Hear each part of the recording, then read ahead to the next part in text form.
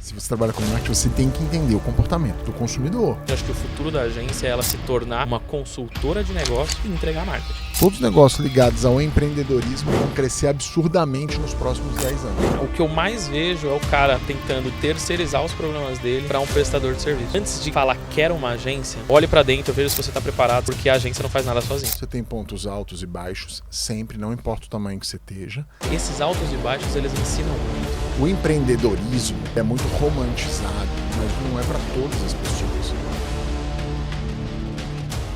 Boa noite, boa noite, boa noite. Bem-vindos a mais um Rodricast. Hoje o nosso assunto é marketing, mais especificamente o futuro das agências de publicidade. Meu convidado de hoje, Leonardo Munhoz, founder da WBP. Léo, muitíssimo obrigado por você estar aqui, cara, compartilhando conosco esse episódio do Rodricast. Eu que agradeço o convite a quem está assistindo, mas Rodrigão, que honra estar aqui nessa mesa com você. Honra é toda nossa, honra é Que toda isso. nossa. Hoje a gente vai desvendar o que vai acontecer, na sua visão, claro, com as agências de publicidade. Eu vou até me preparar, peraí. Calma. Pô, Nossa, caí numa pegadinha, né? Ferrou. Meu Deus, não era esse o convite, viu, gente? Pessoal, pra quem não sabe da história, eu e o Léo aqui, a gente já se conhece há mais ou menos um ano. Né? A gente participa de um grupo de empresários e a gente troca muitas ideias todos os dias, quando a gente tá lá nos encontros e fora deles. E, cara, muita conversa que vocês fazem no dia a dia, vocês podiam jogar no conteúdo. E aí a gente falou, pô, cara, vamos fazer essa conversa com o microfone, pelo amor de Deus, porque tem muita coisa legal pra gente trazer pras pessoas. Antes da gente começar, cara, queria que você contasse, você talvez seja um dos founders mais jovens que já vieram no podcast, e eu tenho o maior orgulho disso, porque o pessoal fala do jovem, eu falo, não, tem muito jovem bom por aí, vocês que não estão sabendo procurar, vocês ficam procurando o jovem no TikTok. Não é referência, né? Vamos procurar nos programas de negócios aí, que tem muito jovem bom. Cara, conta um pouquinho da tua trajetória. Cara, muito obrigado.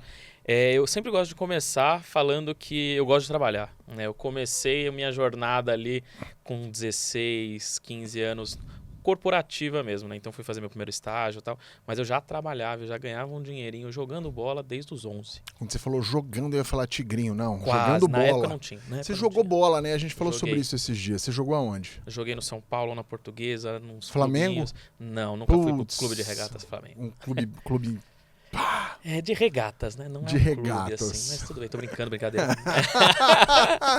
E, cara, e como foi essa paixão pelo futebol e como foi pra você não seguir a carreira profissional?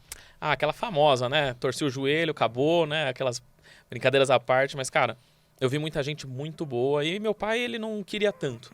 Meu Tá. pai era professor de faculdade. Tá bom. Ele falou, o negócio é estudar, cara. Vai Sim. estudar, que pra você ser alguém na vida. E eu fui muito focado nisso. Só que eu via, né? A gente veio conversando até no caminho até aqui. Por que eu quis abrir uma empresa, né? E de onde veio essa minha motivação? Meus pais nunca tiveram dinheiro. E eu via nos meus amigos, né? Alguns pais de amigos meus. Falava, cara, ele tem dinheiro. Por que ele tem dinheiro? Por quê, né? O que ele tem? Empresário. Cara, ou empresário, ou médico, ou advogado, né? Mas profissionais liberais. Que vou são chamar empresários. assim. Exatamente, que são empresários do próprio tempo também, né? Exato. E eu falei, cara, então é isso. O segredo tá ali, eu tenho que, né, ser o dono do meu próprio tempo, vender meu tempo de uma forma diferente. E dentro disso, comecei a trabalhar. Eu ouvi um pai de um amigo meu também, que ficou muito marcado na minha vida. Ele era judeu e ele falou, cara, o segredo, né, do trabalho é ou liberdade financeira ou aprendizado. Se o trabalho que você está realizando não está te entregando nenhuma dessas coisas, já deu a hora de você zarpar desse trabalho. Sim. E isso foi muito forte pra mim, assim, e acabou eu sendo aquele jovem que ficava pulando de galho em galho nos empregos, né? E trabalhei 6 meses em uma, 3 meses em outra, 4, 5, até que eu me encontrei na publicidade. Fui trabalhar numa agência de publicidade, falei... Quantos anos você tinha? Tinha... Quando você pisou na primeira agência de publicidade? 18. 18 anos. 18 aninhos. Na flor da idade. Na flor da idade, louco pra fazer cagadas, né? De todas as formas possíveis. Pronto pra destruir as entregas, Pronto pra falar pra merda falar em reunião. merda pra caramba, mas assim... Você achava que era tipo, sei lá, uma coisa meio Friends, assim? Exato. Tinha essa visão romântica, Eu né? acho que foi isso que No me escritório da marcou. publicidade, você comer pizza, no puff, Eu aquelas falei, coisas nossa, assim. cara, isso que me pegou. Na entrevista, até no dia da entrevista, uma coisa engraçada, porque eu tava indo pra uma segunda fase do Santander. Eu ia trabalhar no Santander. Tava de terno. Na área de marketing. Não, era estágio de administração. Tá bom. Aí eu fui e falei, cara, o cara me ligou, né? O dono da outra agência me ligou e falou, Léo, vi seu currículo, acho que era na Cato na época. Aí a gente queria te entrevistar. Aí eu falei, putz, tô indo pra uma entrevista, tal, acho que eu tô na segunda fase. Ele, não, se você conseguir passar aqui hoje, a gente já decide o sim ou não. Eu falei, olhei pro meu pai que tava dirigindo, eu falei, Cláudio, acho que vou lá, velho, acho que vai fazer mais sentido, sei lá. Senti um negócio. Eu de terno, porque eu falei, cara, eu nunca me imaginei de terno na minha vida. Eu falei, nossa, eu vou ficar trabalhando de terno todo dia. Eu falei, não quero. A publicidade, né, a marketing ali, a agência, falei, lá eu vou ter um pouquinho mais de liberdade, né? Mas cheguei na entrevista de uma agência de marketing, de publicidade, de terno. Já foi a chacota ali, né? E eu já gostei. Já foi, tipo, já chegou chegando. Já gostei muito. Falei, pô, cheguei lá, dei oi pras meninas. Eu lembro da minha sócia, trabalhava lá, né? E eu fui dando olho pra todo mundo. E eu falei pra você, eu tava na época de fazer merda. Então eu cheguei lá, o que eu fiz? Cheguei fazendo merda. Cheguei fazendo merda. Beijei a mão dela. Assim, ó, fui beijando a mão de todo mundo. Eu falei, puta, que cagada, né? Não era assim que era pra dar oi, né? Mas foi muito engraçado, foi marcante ali. E, cara, o cara gostou de mim e falou, meu, você Bom, começa atitude amanhã. o cara tem, né? Não é alguma coisa... Ele é disruptivo. Disruptivo, diferente. Marketing, então, né? A galera gosta. E ali comecei a trabalhar, eu comecei com um atendimento, fui trabalhando de várias formas ali, né? Puxando, eu atendi a minha própria carteira, fiz ads no meio do caminho, gestão de tudo que você possa imaginar. E foi super legal porque lá eu aprendi muito, mas eu tinha esse anseio, eu quero ser dono. E aí eu perguntava, falava, meu, não dá pra ser sócio desse negócio aqui, não? Não dá, bate essa meta aqui, ó. Você caiu no conto. Caí. Hoje eu faço Bate igual essa meta aqui.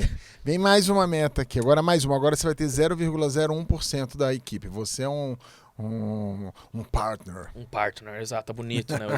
Não, mas foi. 6 meses bati a meta, mais 6 meses bati outra e bati. Aí eu falei, cara, e aí? Ele, então, não vai dar. Aí eu falei, pô, beleza. Eu não tinha nenhum plano B ainda. Sim. Comecei a arquitetar. Falei, acho que eu vou abrir. Conversei com umas pessoas e tal. E, no fim, saí e abri essa agência. Quantos anos você tinha quando você abriu a sua primeira agência? Quantos parece? Eu tenho 30 hoje. Você devia ter uns 22. 21. 21. 21 aninhos. Fui abrir, meu primeiro cliente foi uma loja de moda evangélica no Brás. Maravilhoso. Cara, eu subia... Você ia nos cultos para tentar entender o comportamento do consumidor? Quase. Porque eu chegava lá e tava tendo, na loja. Era imagina, tinha uma célula e tal. Tinha, exatamente. Cara, a gente falou isso aqui, parece que a gente tá brincando, mas não, gente. Não é. Se você trabalha com marketing, você literalmente tem que entender o comportamento do consumidor. Com certeza. E se você tiver algum tipo de preconceito ou ideia preconcebida, você vai se ferrar. Marketing não é terra para isso. Não, você não consegue nem ter ideia pro cliente, você não consegue dar resultado. Não. Até foi super engraçado porque eu não sou dos caras mais religiosos, mas falei, meu, cara, eu preciso preciso entender. Aí eu ia lá, eu e minha sócia, só éramos nós dois, então a gente tinha que tirar foto. Eu nunca peguei numa câmera na minha vida, cara. E virou fotógrafo ali, naquele dia. Profissional, em cima do sótão da moça lá. Ela subia cada hora, uma pessoa de cada vez. Eu entrava agachadinho até chegar num cantinho que era mais alto, tinha uns tapumes assim, e era ali que tirava foto. É mesmo. E aí a gente começou, esse foi o primeiro, depois eu estudei num colégio em Santo André, que é o Pentágono. E eu falei pra um cara lá, né, que é meu amigo, filho dos donos. Falei, cara, eu abri uma agência. Vocês não conseguem, né, tipo, me ajudar e tal? Ele falou, putz, a gente tem um programa aqui de incentivo a ex-aluno. A gente acha que não tá com a agência, ou a gente pode trocar e a gente conversa com você. Aí passou 2 meses assim, fecharam com a gente. Então, meu segundo cliente... Não, e um cliente grande já, né? Exatamente. Então, a gente já chegando ali no mercado, né? Eu sou do ABC, ali grande de Santo André. E ali a gente já começou a dar uma reviravolta no próprio mercado. E aí, em quantos meses vocês tinham 2 clientes? 3 meses. E agora eu vou fazer a pergunta que eu faço para todo empresário quando eu converso na intimidade ali. Com esses 2 clientes, você já ganhava mais do que quando você trabalhava para os outros? Obviamente que não. Não? Não. Não ganhava? Não. Quantos clientes você demorou para chegar lá? Cara, é que o meu processo, ele foi muito... Eu sou uma pessoa... Com o meu dinheiro pessoal, eu sou uma pessoa totalmente louca. Tá bom. E agora, com o dinheiro da empresa, eu era muito regradinho. Você é a empresa rica, sócio louco. Exatamente. Né? Tem sócio... em geral, é melhor para a empresa. É isso. Foi o meu foco. Hoje em dia, eu sou mais responsável. Mas o que aconteceu? Eu tinha aprendido na faculdade que você tinha que ter 6 meses de caixa. Aprendeu certo. Falei, é isso? Não vou tirar R$1 até eu ter 6 meses de caixa. Entendeu? Você não tirou, mas o dinheiro que entrava era maior do que você ganhava. Já era. Com os 2 clientes já era. É isso. Com os 2 clientes já era. É isso. Porque até o que a gente fez, né? Eu falei com a minha sócia, falei, cara, a gente vai fazer um programa de crescimento nosso. Porque eu comecei trabalhando, a Bia continuou trabalhando na agência que ela estava até ela conseguir se estabilizar. Legal. E eu falei, cara, eu vou na loucura mesmo, já era, eu tenho dinheiro guardado, vamos ver. Quanto dinheiro guardado você tinha? Quantos meses? Um total de 2,5. Putz, você tinha um caixa de 75 dias. Maravilhoso. Exatamente. Kamikaze. Kamikaze. Daquele... Loucão. Olha Mas aquilo. 21 É anos, isso que eu ia cara. Você falar. morava com seus pais? Morava com meus pais, Puta, nada a perder, maravilhoso. dava pra Não, ficar. eu falo que o empreendedorismo, ele é muito romantizado, mas o empreendedorismo não é para todas as pessoas. Não. Porque, primeiro, a vida é cíclica, você tem pontos altos e baixos, sempre, não importa o tamanho que você esteja. Junta dinheiro, porque o caixa seca. Várias vezes o caixa seca. Você deve ter passado por isso. Sim. Seca a caixa, ganha a caixa, seca a caixa. Numa dessa de secar, você quebra. Se você não estrutura direitinho ali. E não é todo mundo que consegue viver com isso. A gente veio no carro conversando, né? Sobre, não sei o que. Aí teve um mês ali que deu prejuízo. Você fala o número do prejuízo, é uma cifra. Só que isso para a empresa não é a mesma coisa do que é para a pessoa física. Sim. E quando a empresa tem saúde financeira, ela tá mais pronta para aguentar. E, cara, como é que daí você chegou numa empresa do tamanho da WBP, que tem 108 funcionários? Ou seja, você tem 30 anos de idade e é sócio de uma empresa com 108 funcionários. Eu acredito que foi... Esses altos e baixos, eles ensinam muito, cara. Muito. A gente passou por mais ou menos 3 grandes crises. Sim. E eu tive crise onde, né, nosso finado Washington Levitt falava que alguém vai vender lenço e alguém vai comprar lenço. Sim. A gente, em 2, foi quem comprou lenço. Que foram 2 grandes crises, foi a dos caminhoneiros e uma outra alguma coisa de greve também que teve no Brasil. E nossos clientes, eles eram muito nessa época de comércio. Então, o comércio fechou, tem alguma greve, alguma coisa acontecendo? Impacta na hora. Acabou. O cara liga pra você e fala, cancela, trava, não dá mais pra pagar. Gente, vocês não entendem essa dinâmica da empresa. Tá lá lindo. O cliente liga e fala, Cancela. that's over. Não terá boleto esse mês. Isso quando, né? Isso aconteceu comigo na pandemia. Eu tinha um ciclo anual de contratos. Entrou a pandemia, meus clientes eram de varejo, porque na época 80% do meu trabalho era fotografia de moda. Cara, eu falo que de um sucesso de 2020, É loucura, né? eu olhei e falei, cara, vou falir em um mês. E é o que aconteceu. Sim. Né? Depois me recuperei e tal, e criei outras histórias. E essa é a vida do empresário. Não, é assim. Eu gosto de contar dessas 3 porque literalmente foi isso. Foram 2 muito ruins, que a gente, se não tivesse essa regrinha de 6 meses de caixa... Tinha quebrado. E aí veio uma muito boa, que foi a pandemia. A gente, assim, alavancou muito. O primeiro mês foi desesperador, a gente não sabia o que ia acontecer. Sim. Mas passou o segundo mês, a galera falou, cara, precisa andar. Eu senti que nessa fase, e aí é um dos tópicos que eu quero trazer aqui, eu vou deixar você concluir, porque eu cortei o raciocínio de como você chegou na empresa desse tamanho. Aí vocês tiveram esse grande êxito. Depois dessa né, vou chamar dessa coisa que foi a pandemia, a gente teve um grande sucesso pegando clientes grandes que queriam dar downsize de agência. Então, cara, pegou ali uma S Brasil, que era dona da Eletropaulo, tinha acabado de vender a Eletropaulo, queria trocar de agência. Veio pra gente. A gente pegou uma faixinha ali dentro. Depois a gente entrou na Lumiar, que é a maior empresa familiar de respirador mecânico. Na época ali, pandemia, crescendo muito também. Então a gente foi pegando esses clientes, viramos parceiro Pirelli. Aí a gente foi indo e alavancando bastante. Foi a sua vez de pegar grandes clientes? Foi a nossa vez. Legal. Foi a vez que assim mudou Porque muito. você era mais leve, mais competitivo e tinha experiência. Exatamente. Muito mais fácil virar um barquinho do que mexer num transatlântico, né? Exato. A gente tinha esse diferencial. E a vontade também, cara. Isso era uma coisa que eu vejo hoje acontecendo de novo, tá? Até um parênteses a tudo isso. Eu vejo que o mercado de marketing, ele tá precisando... Mudou de novo. Ele tá precisando e tá começando... É aquilo, né? Eu sou mais liberal, então... O mercado, ele se ajusta, mas ele tem o tempo dele. O mercado, ele tá se ajustando, mas a gente precisava que fosse mais rápido do que está sendo realmente com as pessoas. Sim. Mas o mercado, ele mudou muito naquela época e a gente precisava realmente ter pessoas... Saúde, cara.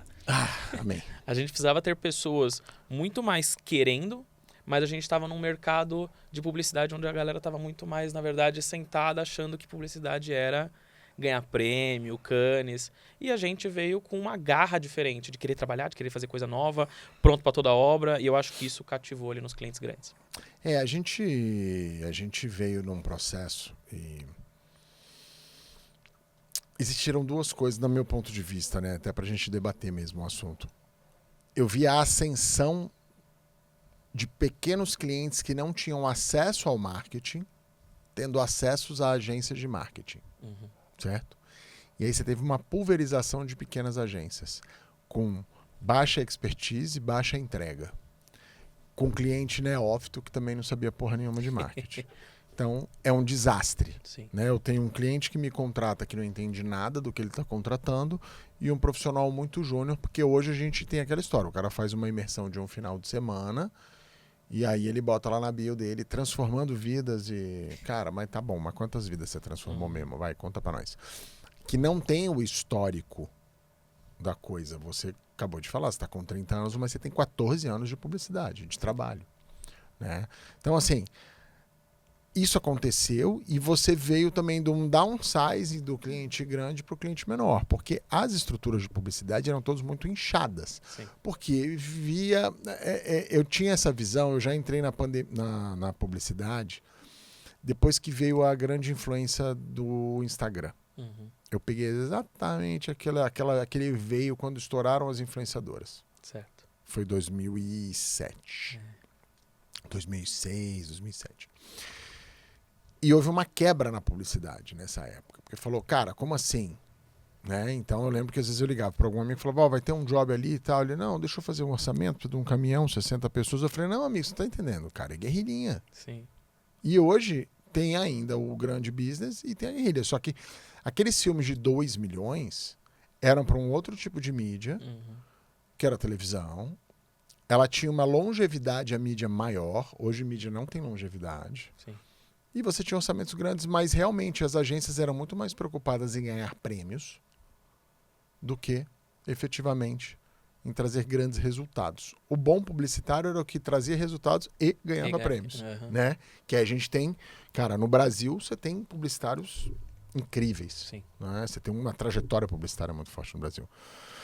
Mas como é que foi para você ver essa ascensão das pequenas agências? Você acha que esse modelo de pequena agência fica? Cara, eu estava discutindo isso hoje numa reunião. Eu acho que é super legal esse papo, porque tudo é cíclico também, né? Tudo vai e volta.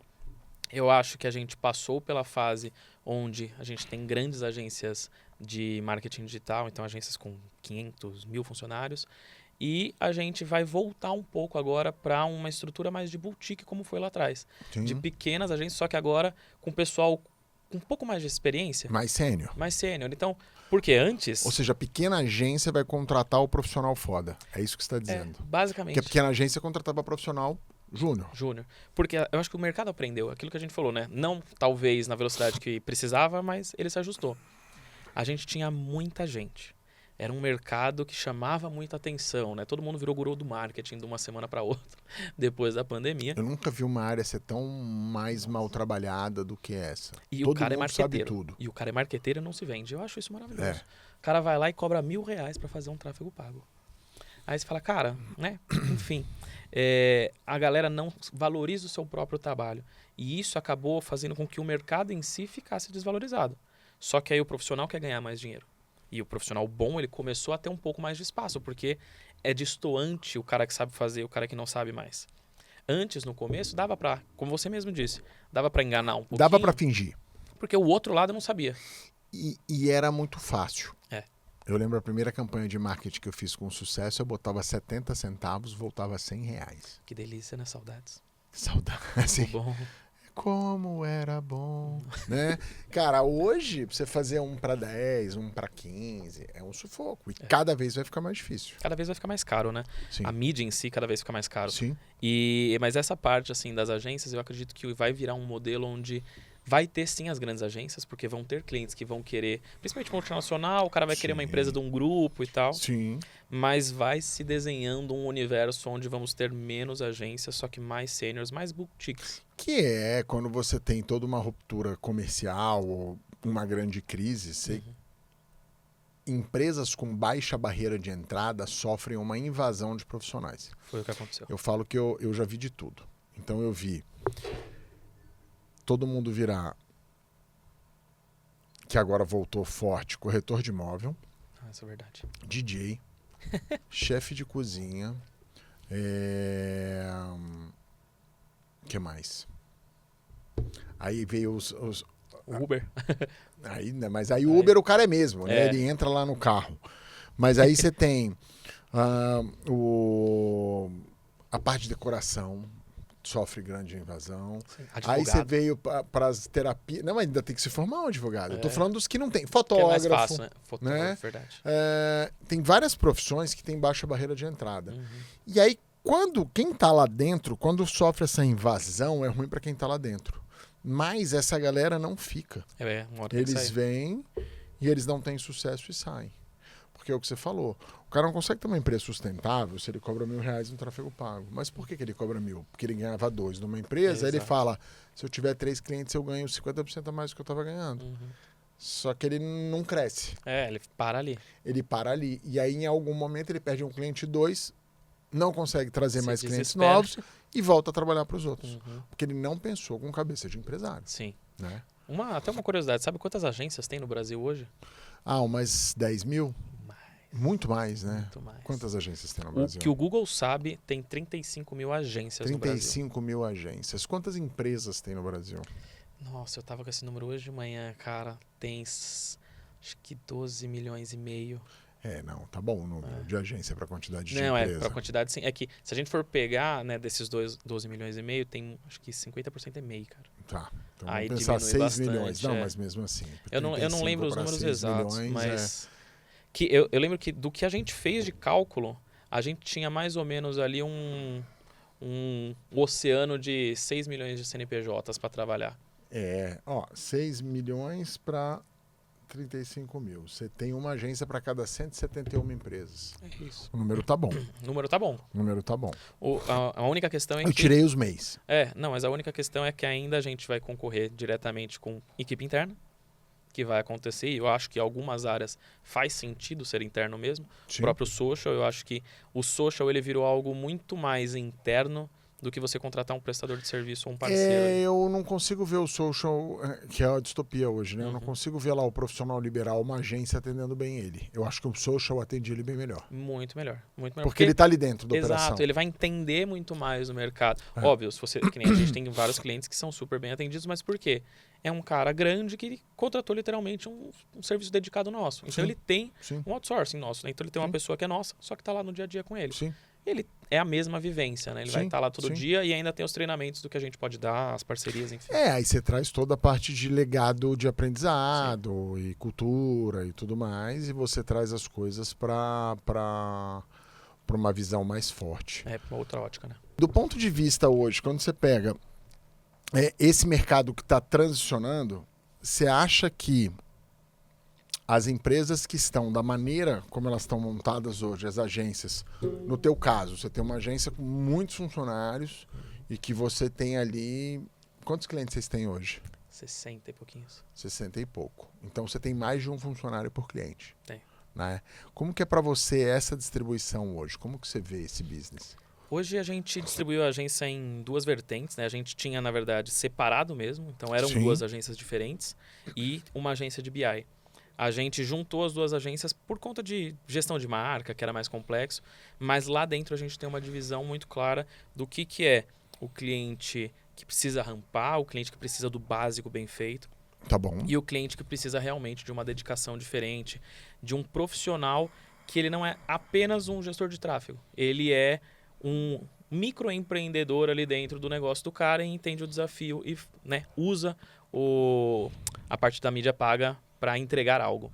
Eu falo muito que a agência, na verdade, acho que o futuro da agência é ela se tornar uma consultora de negócio e entregar marketing. Para mim, esse é o futuro. Eu acho que esse é o futuro também. Eu É acho que muito o que a gente tá as se pautando. empresas vão trabalhar muito mais no ramo de assessoria e consultoria, Sim. porque você tem uma vertente muito forte de automação de várias coisas. Esses dias eu estava relembrando uma história muito importante que as pessoas falavam: inteligência artificial jamais vai substituir a criatividade humana. E, cara, foi a primeira área que ela chacoalhou e virou do avesso. Sim. A criatividade humana. Uhum.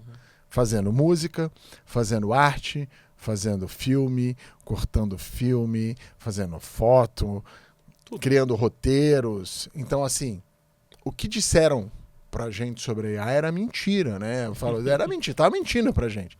Porque pegou exatamente na área criativa, né? Foi aonde teve o grande impacto. Como que você acha que a inteligência artificial impactou a publicidade? Aí, pontos positivos e negativos. Eu acho que o ponto principal é produtividade, cara. Sim. Hoje, assim, a produtividade que você consegue por conta das IAs, ela é infinitas vezes maior do que antes.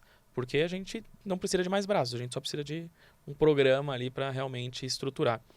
Qual que é o grande quê dessa questão? Porque não é só colocar lá e falar, ó, toma, cria texto ou cria não sei o quê. Não. As pessoas acham que é assim, mas não As é. pessoas acham que é simples.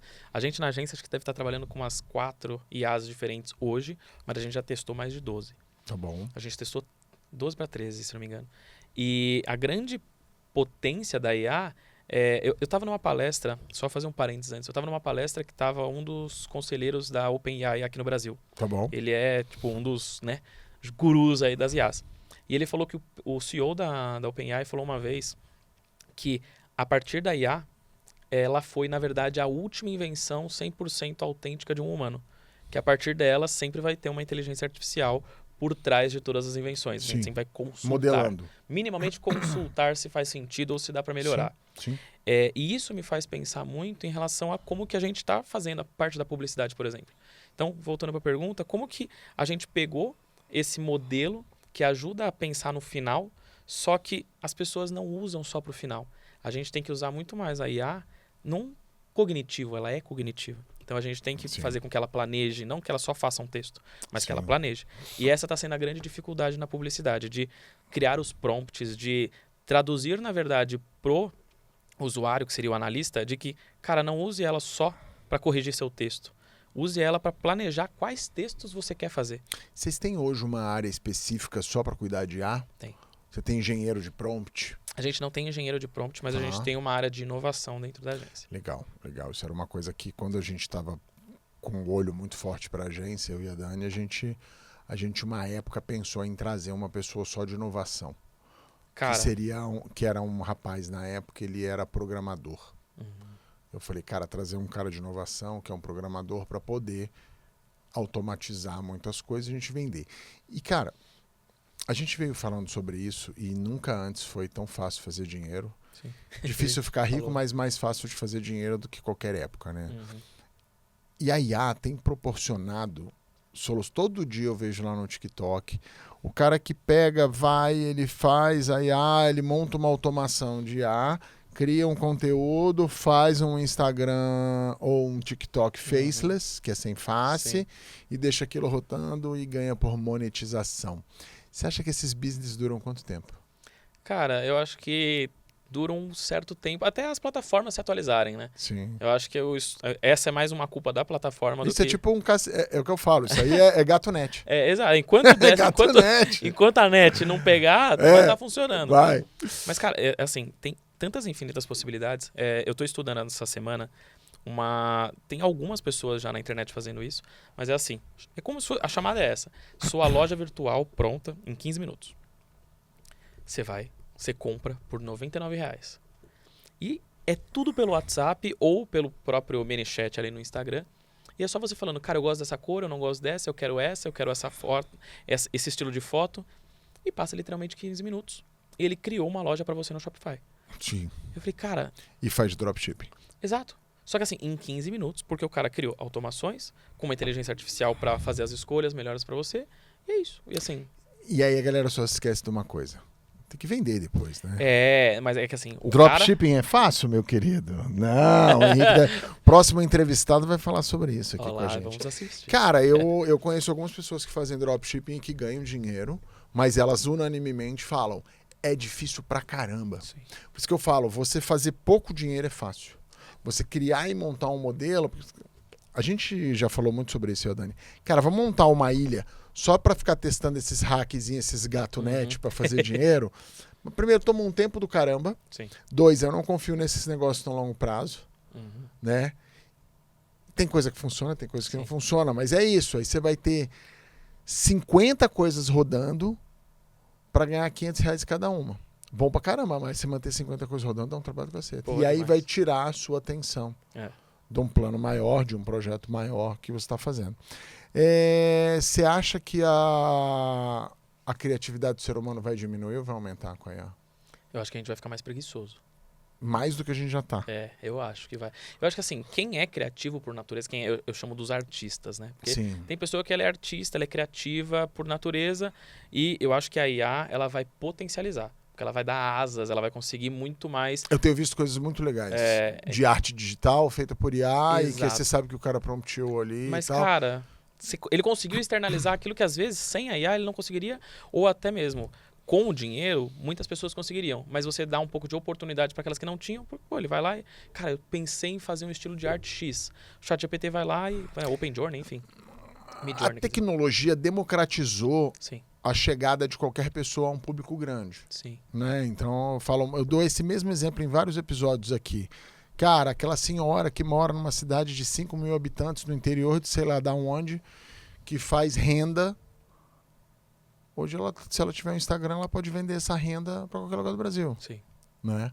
Porque ela tem um canal de comunicação global. Sim.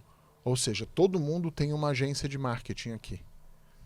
Tem uma agência de publicidade, que é uma rede social. Né? Hoje você tem Canva, você tem tudo para fazer tudo que uma agência faria por você. Eu estava vendo uma pesquisa que a gente vai ver o surgimento de grandes empresas de um homem só. Legal. Eu fui uma empresa de um homem só até quase 6 dígitos de faturamento. E é difícil. Perto dos 6 dígitos eu era um homem só. E aí depois fui trazendo gente e tal. Porque aí você chega numa trava. Mas é exatamente isso. Faz automação disso, automação daquilo, faz não sei o que, deixa isso aqui rodando. Mas...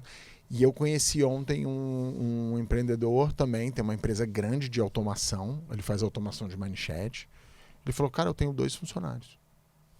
A gente conhece um outro cara, inclusive colega nosso lá do G4, que ele tem também uma parte de educação e tal. Ele fala, tenho 3 funcionários.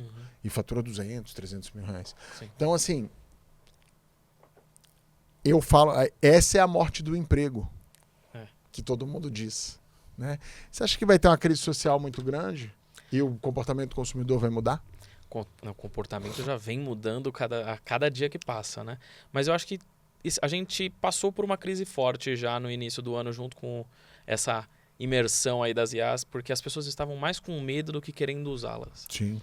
E eu literalmente vi muito isso na agência. Era a galera, assim, a gente teve que criar um incentivo pro pessoal falar que tava usando IA. Então, assim, era assim, cara, quem tiver usando IA, me mostra como que tá usando, me fala onde tá usando, que a gente vai dar um prêmio de 50, 100 reais. Mas só para me mostrar.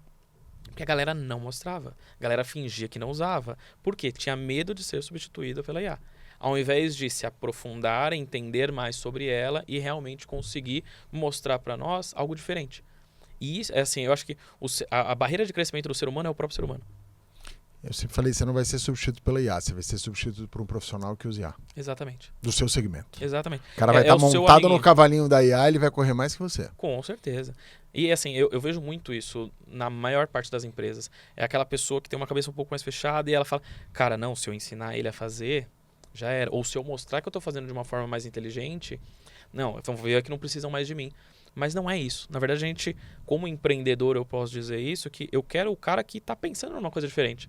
Porque ele sim, ele pode, né, rampar, ele pode criar outras coisas para mim. Agora, aquela pessoa que está no básico bem feito é importante para nós também, porque a gente precisa das pessoas que estejam ali fazendo o seu básico bem feito. Eu ainda acho que vai ter uma descentralização de algumas coisas, né? Tipo hub. Você vai ter hubs de algumas coisas. Eu falo, eu não gosto de ser um cara que traz más notícias. Eu vou trazer uma ruim e depois uma boa. Tá bom, dá uma equilibrada, né? Dá uma equilibrada, leve no assunto. Eu acho que realmente você vai ter muitas posições de trabalho que vão deixar de existir nos próximos 5 anos. Também acho. Em diversas empresas. Isso vai acontecer, isso é fato reto certo. Principalmente departamentos. Departamentos inteiros vão ser substituídos por automações. Né? Então, estava vendo esses dias uma empresa, não vou citar aqui o nome dela, os caras têm caixas de bilhões e ele toca uma tesouraria de bilhões com 4 pessoas. Isso era humanamente impossível há 20 anos atrás. Né? O cara precisaria ter uma tesouraria com não sei quantas pessoas para tocar esse dinheiro. E hoje você vai ter departamentos inteiros que vão deixar de existir e essa é a notícia ruim. A boa é que o mercado se autorregula. Sim. Então essas pessoas vão para o mercado de trabalho de que maneira? Ou vão aprender novos skills, ou vão entrar numa renda básica universal. Já temos aqui o Bolsa Família, que só aumenta e vai continuar aumentando. Isso não tem uma reversão. Não estou nem falando nem contra nem a favor do Bolsa Família, mas é um fato.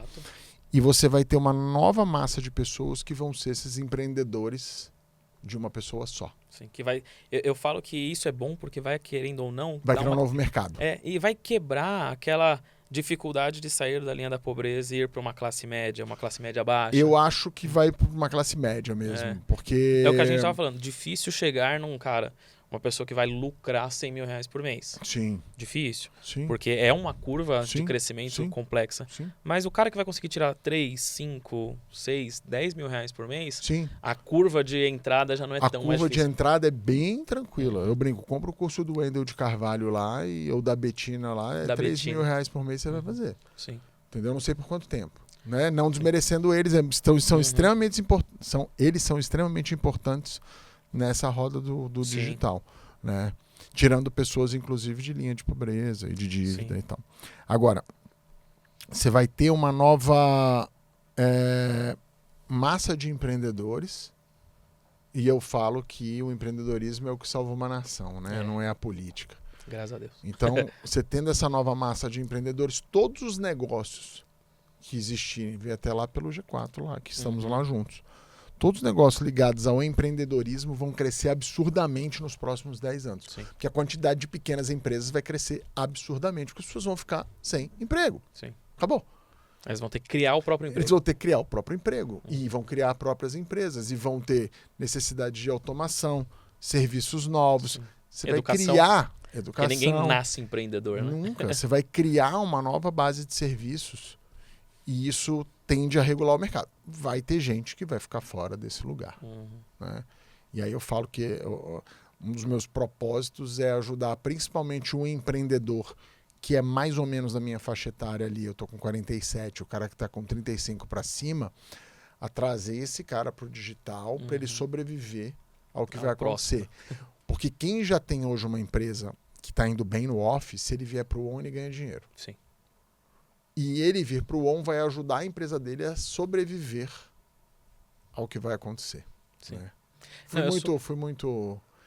muito dark side? Não, eu gosto, mas eu gosto até do contraponto que é das empresas que... Uma empresa que nasceu digital. A gente vê quantas empresas, né, que a gente está vendo indo pro analógico ou pro físico, né?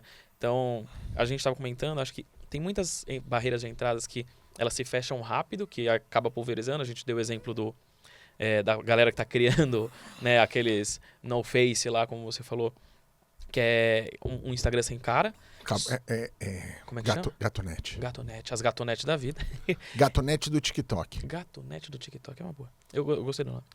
E a gente vai ter um monte de... Só que assim, quem fez no começo, chegou cedo, bebeu água limpa e beleza. Ele ganhou dinheiro. É o cara que fez o Sounds of Nature no YouTube há 20 anos atrás e enfiou dinheiro no rabo. Exato. Não, e bota até hoje. Manual do Mundo, o próprio Casemiro. Cara, o Casemiro, o que ele é hoje... É um monstro. É um monstro. Só que assim, monstro. Muito dificilmente, não é impossível, mas muito dificilmente vai ter um outro Casemiro. Você acha que vai ter dificuldade de ascensão de novas figuras nesse mercado digital? Ah, com certeza. Tipo, você acha que virou a Rede Globo? Tem lá os carimbados e vai ficar... Dos big influenciadores, eu acho que assim, vai ter trocas, assim como sempre teve. Então, como é artista vai trocando. Eu acho que a galera do entretenimento vai trocar muito. Vai, mas eu acho que isso sempre foi e sempre será, né? Sim. A galera tem a Mas vai necessidade, ser né? difícil você ter, por exemplo, um cara tipo o Jô Soares. Uma grande Uma referência, assim, né? grande referência durante muitos anos em muitas áreas. Eu acho difícil um cara só no digital ficar nesse lugar. Por isso, por exemplo, o Casemiro, ele tinha a sua... Cara, ele era estrondoso, assim, o que ele conseguia fazer. Só que ele tinha Ele uma montou um limitação. big business. Ele tinha uma limitação. Pra ele ultrapassar aquela barreira, cara, ele abriu uma TV. Exato. É você ligar a sua TV lá, minha TV da Samsung, você abre Samsung TV, o primeiro canal de destaque, Cazé TV. Cazé TV? É assim, o cara tá tendo uma audiência absurda, cobrindo Copa, cobrindo agora a NFL, ele vai cobrir. Então assim, ele tá indo numa linha Sim. de TV, ele tá indo bater numa Globo da vida. Mas aí ele expandiu o business, Sim, né? porque só lá não ia dar. Quando começou todo esse processo e, como eu te falei, eu entrei lá na época das influenciadoras, eu via elas fazendo public post e tal. E eu Os falava recebidos. assim, eu falava, cara, se elas não montarem uma marca pra elas, elas vão se ferrar. Sim. E as que montaram marcas, todas ficaram muito bem, né? Porque você precisa de um negócio real junto com um negócio digital. Eu não acredito num negócio puramente digital. Eu acho que ele é muito frágil. Mas eu acho que vai até um pouco além, viu, Rô? Por quê? Imagina assim, uma pessoa, cara, são 7 dias por semana, né? 4 semanas por mês, 12 meses. É muito tempo pra você estar todo dia bem pra ficar fazendo uma publi. Todo dia legal pra você aparecer no Instagram como se você tivesse maravilhoso. Tem medicação hoje. Até tem mesmo, né? Mas até quando Tem aguenta, né? medicação, mano. Os caras tá, a benzinho, galera tá não ligada dá, no não. Venvance aí, É. mano. Só que, cara... E tá adoecendo. Exatamente. Essa é uma área, inclusive, que você vê as pessoas entrando em depressão muito rápido. Eu sei por que isso acontece. Mas porque eu, de alguma maneira, vivo também. Eu tô com a cara pra bater ali. Exatamente. Né? E Você sofre um nível de pressão Exato. muito forte. E é pressão social, é pressão dos outros, é pressão por si mesmo, porque a gente se O cobra. hater. Nossa, O hater te machuca. O hater é uma maravilha. O hater te machuca. Cara. Concluindo isso daqui, é assim, cara, é muito difícil de uma pessoa, porque somos humanos, a gente é falho, Sim. a gente vai errar em algum momento. Sim. Agora, pessoas, normalmente a gente pega um rancor, a gente vai... Agora, a marca, cara, é diferente. Óbvio Sim. que mesmo ela tendo ali um DNA, Ela não tem, a ela- marca é mais perpétua do que um ser humano. Eu acho que isso vai mudar. Eu também acho que, na verdade, hoje as marcas elas vão depender de pessoas. Exato. Elas vão depender cada vez mais. Por isso que o que você falou é muito legal, porque assim, eu super concordo. As influenciadoras, os influenciadores que criaram uma marca para que ele pudesse, além do ponto de contato, minha cara, ele poder estar num ambiente, num evento ou em algum outro lugar com a marca, as pessoas tendo um ponto de contato. Putz, a camiseta, o Rony, por exemplo, da reserva. Cara, ele é super gente boa, um cara super legal. Ele falou, assim, a minha cara vende muito bem, mas a marca tem que vender por ela. Então, assim, ele estendeu a marca dele. Sim. Então, você tá vendo uma coisinha da reserva, você sabe, você fala, putz, o Rony. Você lembra dele sem Sim. ele precisar estar Porque lá. ele associou. Exato. A pergunta é o seguinte, daqui a 200 anos, você acha que eles vão estudar a Apple ou Steve Jobs? Steve Jobs. Sim. E é o que eu falo para todo dono de empresa. Eu Uhum. falo, a sua imagem pessoal, bem trabalhada, vale mais do que qualquer empresa que você possa criar. Sim. Por quê? Porque a sua marca pessoal bem trabalhada, hoje, possibilita você abrir inúmeras empresas. Possibilita você estar bem em vários lugares. E a gente vê isso muito ligado à política. Sim. O cara lá o cara é senador. O cara tem uma notoriedade. Sim. O Tem cara é um notório. peso. E você consegue essa notoriedade hoje pela rede social. Sim. Né? Ainda mais se você é um cara que tá ali lutando, fazendo as coisas e tal. Você tem lá nos Estados Unidos o Gary Vee. Uhum. Gary Vee tá no digital há mais de 20 anos. O primeiro blog de vinho do mundo no YouTube foi dele. Ele tem lá a Vaynerchuk Media, ele é uma grande personalidade, tem 10 milhões de seguidores e fatura muito. E ele não faz public post. Sim. Não, Mas ele é um dos maiores content creators que tem. Mas eu acho que isso é muito importante e relevante. Vamos pegar um outro exemplo da CIMED, por exemplo, o Adib. O Adib Cara, a CIMED estourou. era uma a CIMED. marca. Beleza, vendia genérico, ok. Tem lá sua margenzinha pequenininha, já tava bem.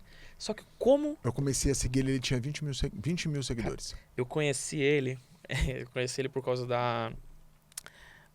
eu fui fazer uma reunião uma vez com o cara da Ricardo Eletro. Tá. E a filha dele... Com o Ricardo. que é casada com o filho do Adib. E acabei conhecendo, tipo, muito tempo atrás, mas assim, também coisa de... Ele devia estar por aí, cara. Ele já devia estar um pouco mais, uns 100 mil, assim. Mas também, e por que ele fez isso, né? Por que ele falou, cara, a CIMED precisa de um rosto e por que isso cresceu tanto? Porque as pessoas, né? Eu brinco que agora é o H2H, né? O Human to Human. Não é mais B2B, B2C. Porque desde que tem um humano por trás, vai ter um humano consumindo, né? Não é só, uma marca tá vendendo... Não, tem que ter um humano lá. Cada vez mais. Por isso que a gente vê grandes CEOs entrando e começando a dar cara a tapa e tendo dificuldades, né? A gente vê que alguns caras não foram feitos para aquilo, Sim. Mas ele tá lá tentando. Ele tá lá tentando e as pessoas vão aprender. Vão aprender e assim, vão se compadecer também, né? Acho que isso é importante. Eu acho que, como eu te falei, né? Tem os modismos onde muita gente entra, mas não é todo mundo que fica. As pessoas no Brasil, principalmente, e eu trabalho exatamente ajudando CEOs e empreendedores a se posicionar no digital, é parte do trabalho que eu faço, né? Diria hoje que é o grande core business do que a gente faz. E a gente vê lá os empresários que estão lá, que a gente assessora. Hoje, quando eu vou escolher, escolhe cliente? Sim, a gente escolhe cliente. Por quê? Porque eu preciso que ele já tenha autoridade na vida real. Sim. Porque isso facilita absurdamente o trabalho. Em que sentido? A gente não quer criar fantoche.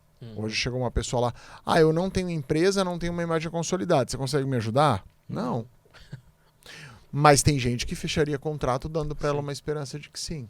São aqueles consultores e eu falo, coaches, não, né? você não tem o que, eu não tenho o que vender você. Eu não tenho uma pauta para construir em cima. Né? Não existe, eu não consigo pegar e mostrar nada, porque você não está fazendo nada. Você precisa caminhar alguns lugares para chegar lá. Só que existe um anseio das pessoas, e eu estava num evento esse final de semana e conversando com alguns players aí desse mercado digital, e aí eu brinquei com eles, eu falei, 90% dessa galera aqui não vai durar. Aí eles falaram, pô, você é mó filha da puta, Rodrigo. Os caras estão aí estudando sábado, eu falei, eles querem ser famosos, não ganhar dinheiro. O cara que quiser ganhar dinheiro vai ficar. O cara que quer ser famoso, ele não perdura se ele não virar famoso. E, gente, ficar famoso é completamente diferente de ser um empresário foda. Sim. Você queria ser famoso, Henrique? Não, nem quero. Eu tô trazendo ele pro podcast pra ele ficar famoso. A cara dele... Não quero, né? Eu vou sair. Não quero, velho. Né? Então, assim, por quê? Porque são coisas diferentes, mas no nosso inconsciente coletivo social do brasileiro, se você fica famoso, você é bem sucedido. E isso vai também até para um cara como o Adib da CIMED. Já era rico. Mas ele também passa para a sociedade, para aquela pessoa. Se eu ficar famoso igual ele, eu também vou ter o carro que ele tem. Não vai, Paquito. Tem um monte de gente famosa que não tem onde cair morta. Sim. Vive da imagem, mas tem um monte de gente com um monte de dinheiro que você nunca ouviu falar. Sim. Então, assim, as pessoas ainda entram no digital com um desejo muito primário. De holofote, é a história. Eu quero ser amado. E aí ela não consegue produzir conteúdo, porque tem que ser sobre ela, e não é sobre ela, é sobre o outro. Sim. É sobre servir. Se você entrar na sua rede social preocupado em servir o outro, você vai estar bem. Sim. Se você entrar na rede social, ei, olha pra mim, ninguém tá nem aí pra você. Eu adoro, cara. 1000 fotos, tudo selfie, produtora de conteúdo. Não, amiga, tu tá tirando foto no espelho. Espelho meu, existe alguém mais bonita do que eu.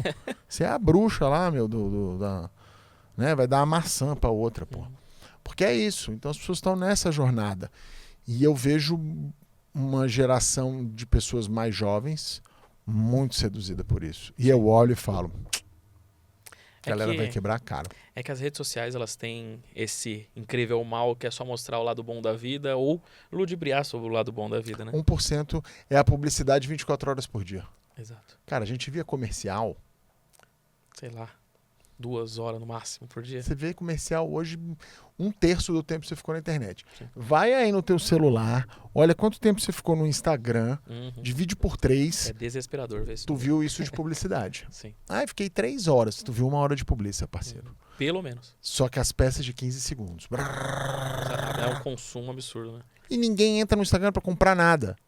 Você entra, Henrique, pra comprar alguma coisa, você fala, não, eu quero comprar alguma coisa. Deixa eu entrar no Instagram. Vai no Mercado Livre direto, que não é uma rede social. As pessoas não estão entrando lá pra comprar nada, elas estão entrando pra se divertir, pra consumir, pra esquecer da vida.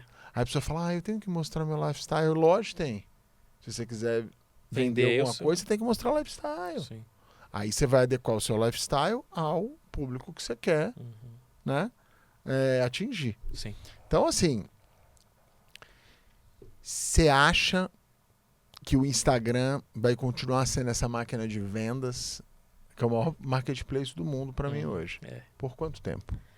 Cara, eu acho que o TikTok ele veio muito forte. Tá. Eu acho que ele... Até o Instagram ele se preocupou muito, né? Ele se Sim. disruptou muito por conta disso. Mas eu acho que o modelo do Instagram ele ainda é muito bom. É ruim de transacionar no TikTok. Exatamente. Transacionar no Instagram é muito mais fácil. Mas o TikTok ele é muito bom para experiências. Que é uma coisa que você não vai comprar ali, mas você vai gerar aquela expectativa e aquela necessidade. E o cara fala, eu vou... Awareness, né? Exato. E pra mim, hoje tá muito bem dividido. Eu acho que antes ainda tava ruim. Faltava um terceiro player realmente que o TikTok pegou esse espaço. Que é o Google App. Cara, preciso, vou, busco, compro. Instagram. É para você gerar um desejo de algo mais pontual, um produto, algo mais palpável e que você tem uma facilidade de compra. E o TikTok é para você realmente ser aspiracional. Cara, nossa, olha onde essa pessoa foi. Putz, quero ir lá. Saiu uma pesquisa agora do Google que até o Google tá preocupado, né, com o TikTok, porque a busca tá do adolescente não é feita mais no Google, é feita no TikTok. Não só do adolescente, tá? Assim, eu não sou adolescente, não me considero mais. A gente pode fazer aqui um focus group para entender se ele é adolescente ou não. 30 anos, Henrique, adolescente, não é? É um bebê, né? Ele não é adolescente porque ele é um empresário há muitos anos, já mora fora da casa dos pais há muitos anos, então ele é um adulto. Mas pré-adulto, né? Um pré-adulto. Cara, você só deixa de ser adolescente depois dos 40, tá? Pai do guarda. É bom que eu possa ser criança ainda, cara. Brincadeira, cara. Mas, cara, assim, pra mim ele... Hoje, se você for ver o volume de busca, ninguém mais procura, assim, restaurante japonês no Google. É difícil. Você descobre, né? Eu falo que o Instagram... É a experiência que você falou. Ele te descobriu. Você foi lá e falou, cara, nossa, olha que restaurante legal. Aí você vai e procura no Google, mas o nome do restaurante, pra saber onde é, o Google Meu Negócio, pra ver as notas, mas você descobriu, né, que é o awareness, a descoberta, foi ali no TikTok. Então... Cara, os canais... É louco. De experiência, eu falo muito para as pessoas. Qualquer coisa que você for fazer no Instagram ou no TikTok, você precisa narrar aquilo como se fosse a primeira vez que você está fazendo, mesmo que você já tenha feito 1 milhão de vezes. Sim. Porque é isso que retém. Porque a gente vive num país que 50% da população ganha renda familiar, R$3.000, tá? E 1% do mundo fica passando na tela 99% do tempo. E aí você cria outros tipos de questão. Mas as pessoas querem acessar aquilo, elas têm desejo de ver. E aí mudou o padrão de consumo, exatamente o que você falou. Hoje as pessoas falam para mim de um restaurante, o que eu quero ver? Eu quero comer com olho. Eu quero ver o prato. Eu quero ver, cara, me dá aí o Instagram do restaurante para eu ver os pratos. É isso. Aí eu já vejo, falo, eu quero comer isso aqui, porque eu já comi com olho. Então a imagem, as pessoas estão muito mais visuais do que elas eram. Né? E o TikTok contribui muito para isso. E a mídia TikTok é muito legal. Eu sou um fã do TikTok. Eu odeio o TikTok, na verdade. Eu não sou fã, eu odeio. Porque quando eu entro lá no TikTok, consome. Eu não consigo sair. Vem uma mão assim, pega na minha cara e eu fico lá preso. O TikTok sabe exatamente do que eu gosto. E o mais legal do TikTok, que eu acho do algoritmo, é que se você começa a perder o interesse, ele muda. Você já percebeu isso? Você sabe a velocidade que é de Instagram, Facebook e TikTok? Não. O algoritmo ele muda no TikTok a cada de 5 minutos a 35 minutos ele muda. Ele te avalia. Tá bom. Ele vê o que você fez, então ele pega essa curva de 1 minuto até 35 minutos e ele muda.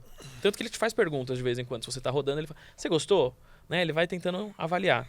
O Instagram ele demora 1 dia. E o Facebook demora 3 a 1 semana. LinkedIn também, mesma coisa. Então, assim, o algoritmo do O TikTok... LinkedIn demora um mês, né, velho? LinkedIn é muito lento. É que velho. LinkedIn, o algoritmo não existe ali, na verdade. Não Ele existe, ele realmente. existe, mas... Né, com Eu acho carinho. que quem tá usando bem o LinkedIn tá ganhando dinheiro. Também. É uma das porque- mídias mais fáceis de você se destacar. Mas agora ele tá vindo aquela porta de entrada, né? Tá todo mundo entrando também. Quem Exato. chegou primeiro Quem tá chegou bebendo bebeu água, água limpa. mas já tá começando a viver. Acho que a gente ainda tá numa fase boa do Instagram no seguinte sentido.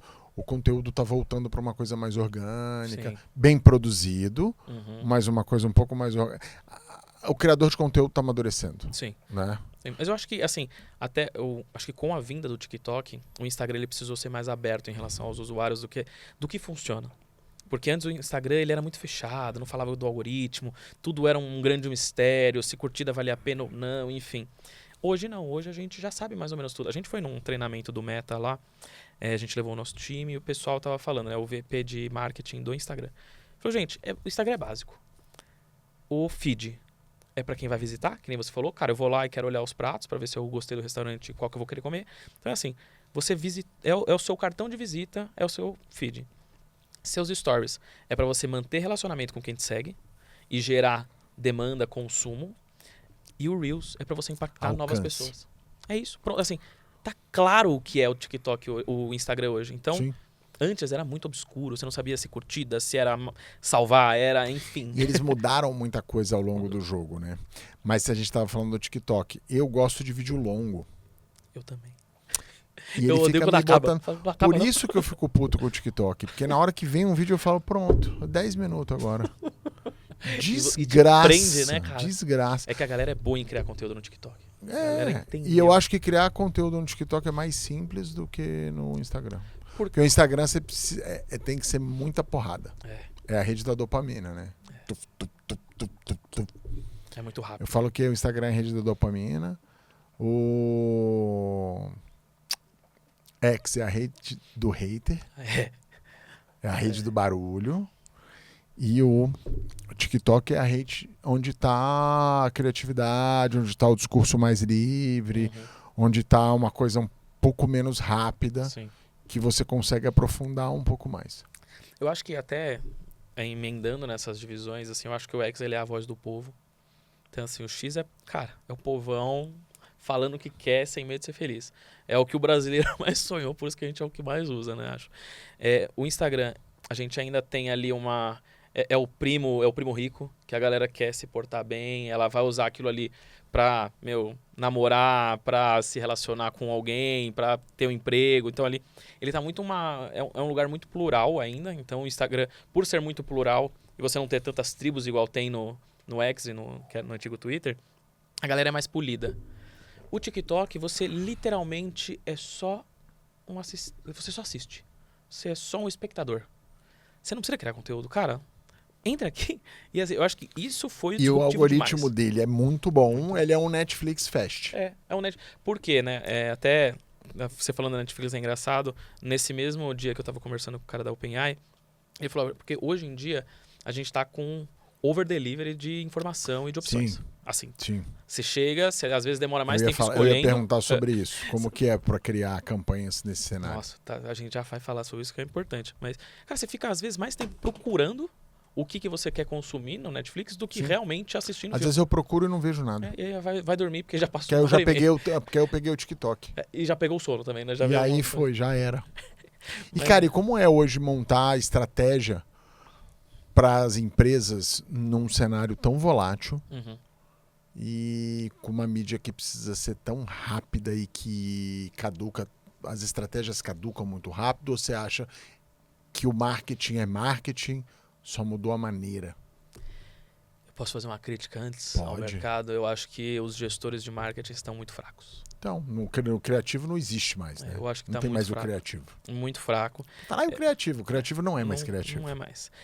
Mas não só por conta disso, mas o que eu mais vejo hoje em dia são empresas pequenas, médias, grandes, multinacionais, cortando o custo de marketing e querendo vender mais. E assim, é possível por quê? Porque temos uma IA que aumenta a A produtividade. gente teve essa conversa hoje.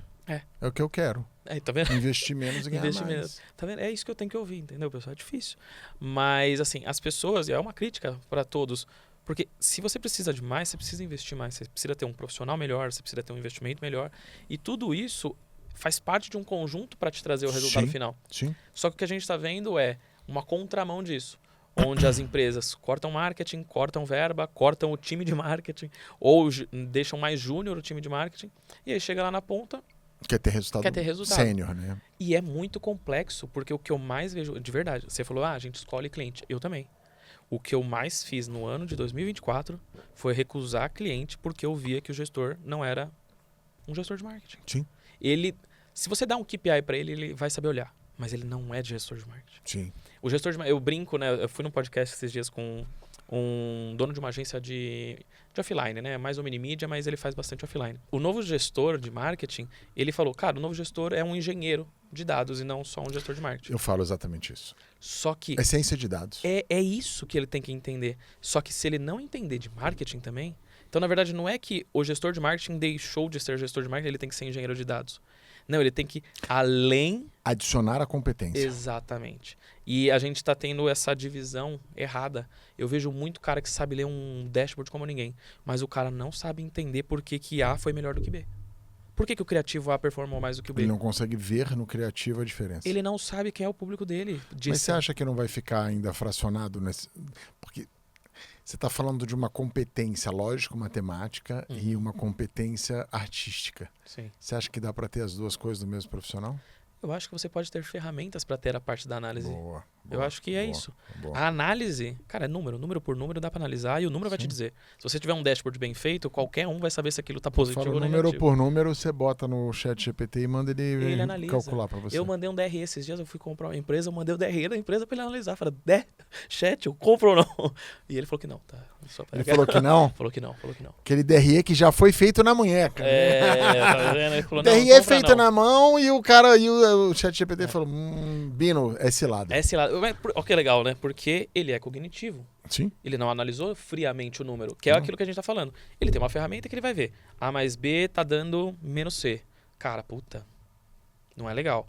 Só que eu não pedi isso pra ele. Eu falei, eu quero comprar essa empresa, X%, mas eu quero que daqui 2 anos, pela projeção de crescimento, eu esteja tirando tanto na divisão de lucros. Vai dar? Não. Ele falou, não. Se não mudar nada, não vai dar.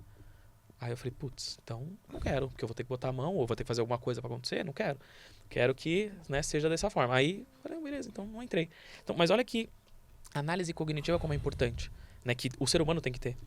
Que é por isso que a gente tá aqui, a gente criou tudo isso. Se a gente só for pelo número base, vai ser ruim. E o gestor de marketing, ele precisa ser um gestor de marketing analítico, mas um gestor de marketing. Muito bom. Cara, pra gente finalizar, eu queria que você me dissesse... do seu ponto de vista, o que você acha que todo empresário deveria saber antes de contratar uma agência de publicidade? Cara, que bela pergunta, viu? Muito obrigado. Eu vou adorar responder. Você me manda esse corte que eu quero mandar para muita gente. Não, é o pitch já, né? É o pitch. Essa é a hora do pitch, hein, galera? Agora é o momento, hein? Gente, antes de falar quero uma agência, olhe para dentro e fale eu preciso de uma agência. Porque o que eu mais vejo é o cara tentando terceirizar os problemas dele para um prestador de serviço. Que assim, eu sempre falo, eu não sou prestador de serviço, minha agência não vai ser prestadora de serviço. Ela é um parceiro. E se você não for parceiro com esse cara também, não adianta. E para você ter um parceiro, você precisa olhar para dentro e falar, tô pronto para ter um parceiro. O que eu mais vejo é o cara tendo, eu preciso vender mais, eu preciso ter mais lead, eu preciso ter mais... Só que o cara não tem um time pronto, o time dele não é bom de vendas, ele não tem um bom gestor, ele não tem mais dinheiro para investir, ele não tem nada, a casinha dele não está preparada. E ele quer ir ao além sem ter uma asinha. Ou procurar alguma coisa melhor ali. Então eu sempre falo isso, cara, olhe para dentro, veja se você está preparado, você vai ter alguém para dar atenção para aquela agência, porque a agência não faz nada sozinho. Eu vou pedir mais uma pergunta, porque essa pergunta me fazem demais. Quanto que você acha que seria o percentual de faturamento de uma verba de marketing adequada? Nossa, que pergunta boa, cara. Eu acho que depende muito do seu produto, da sua margem. Mas o que a gente vê muito na média hoje de grandes é de 7% a 15%. E aí você está falando entre agência, tráfego, ações, eventos, sim, tudo, né? Tudo. Legal. De 7% a 15% é o que eu vejo mais na agência. Que é o número que eu acho que é certo também. Eu acho que, assim, se você tiver uma margem boa, vai para uns 15%. Se não, faz pouca coisa mesmo, mas vai para uns 7%. Mas também, eu falo que toda empresa tem pelo menos 3 momentos com agência. Se é muito pequeno, você começa lá, você é o eu empreendedor, né? Começou lá... Equipe. Começou. Cara, começou a crescer, você precisa de um braço.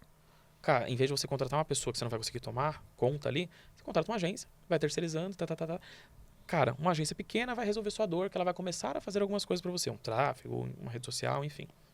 Colocou para fora. Você vai começar a perceber que não tá dando certo. Por quê? Você precisava dar atenção para aquele cara. E não tá dando. Aí você fala, beleza, vou contratar uma pessoa interna. Aí você precisa dar mais atenção ainda pra pessoa interna. Só que você vai lá e contrata o quê? Uma pessoa júnior, porque você não tem dinheiro. Claro. E beleza, faz sentido, é esse o desafio. É de você pegar uma pessoa júnior e crescer ela e a empresa que tá parceira. Vai chegar um momento que essa pessoa vai crescer, só que a agência não vai acompanhar. E aí você vai falar, cara, eu preciso de mais especialistas do outro lado. O meu cara subiu o nível e não tá acompanhando o meu fornecedor. Show, momento de trocar de agência ou de pegar alguém que seja importante para você e contratar embaixo. Tráfego pago é muito importante para mim. Tira da agência e coloca dentro. Show. Você vai começando a fazer isso. Chega um momento que você vai entender que tá tudo em house. Você vai falar, nossa, agora tô voando. Mas, de novo, você vai chegar no momento que... É o momento que eu tô. Não vai dar. O meu é tudo em house. E eu já olho e falo, cara... Porque você não vai conseguir gerenciar tudo. Não vai estar tudo bom. Você vai ter gente com férias. Você vai ter um monte de coisa ali. E você vai falar, tá, eu preciso agora... subir o sarrafo desse pessoal aqui, porque eles chegaram no limite do que eles conseguem como uma pessoa individual. Só que aí o seu custo começa a ficar alto. Exato. Só que quando você Ou você começa a terceirizar essa estrutura para os outros, que aí é um outro business. Um outro business. Que foi por isso que a gente montou a agência lá atrás. Porque na hora que começou a crescer, eu falei, maravilha, já tô com a estrutura aqui, vou vender a estrutura. Vendi, depois eu falei... Curioso, né? Cada cliente que entra tem que contratar mais um, né, velho? E você vai inchando, é uma delícia. E aí eu tinha uma conta, e essa conta, ela funciona muito bem quando você tem muitos clientes. É a conta de cap, né? Quantas pessoas você precisa. Mas com poucos clientes, ela não funciona dessa maneira. Não adianta. E aí eu falei, aí são decisões, né? A gente conversou muito sobre isso, né? Eu falei, cara, eu não quero crescer em equipe. Eu quero crescer... em entregas e serviços e deixar tudo que der externo. Sim. E aí a gente tomou essa opção. Porque vai e chegar se concentra no foco do Exatamente isso que eu ia falar. Vai chegar num momento que você vai falar, cara, por que eu tô olhando o post de rede social interno? Exato. Não, por que eu tô olhando campanha? Não, eu não sou bom nisso. Eu vou focar no que eu sou bom. Deixa outra empresa que é muito boa. Cara, uma hora você tem que tirar o operacional, depois tem que tirar o financeiro, depois tem que tirar o marketing, depois tem que tirar vendas. É isso. E vai acontecer. E depois você sai da posição e bota uma pessoa para fazer a gestão completa. E aí você vai viajar e fica em Ibiza lá tranquilamente. Demora uns 10, 15 anos. O Henrique já tá nessa fase. Tá. O Henrique sonha. Não, você já está nessa fase. Quem tá sonhando é porque tá olhando e tá chegando lá, viu?